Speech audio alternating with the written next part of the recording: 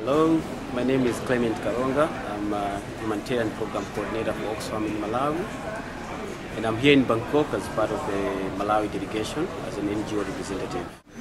Now, coming to this process where we are here in Bangkok, I always refer to Bangkok as two stages before the final destination, because there's one more intersession in Barcelona, which is happening in November, and then Copenhagen. Well, it's frustrating to realize that there's been a lot of talking, less action. There are different proposals on the table, and our core is that we need proposals that are helpful. And what do we mean by that? We need proposals that quickly commits, reductions of emissions by developed countries, quickly commit availability of resources.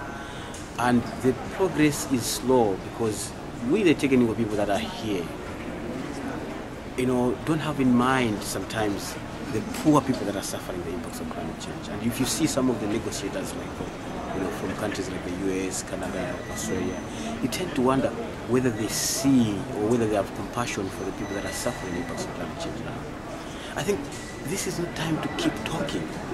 This is time that the world should unite. All of us as negotiators should feel the same way. Should feel bad that people are dying. Should feel bad that people are suffering. And we should then, agree that these are the things that we're going to do. Namely, we're going to give resources. We're going to reduce emissions. And so, having been in some of these informals in drafting sessions, you find that there's a lot of time that is being wasted on language. There's a lot of time that is being wasted, on different proposals, saying different things. I think language or proposals, they shouldn't be contrary, because the problem is known and how to address it is known.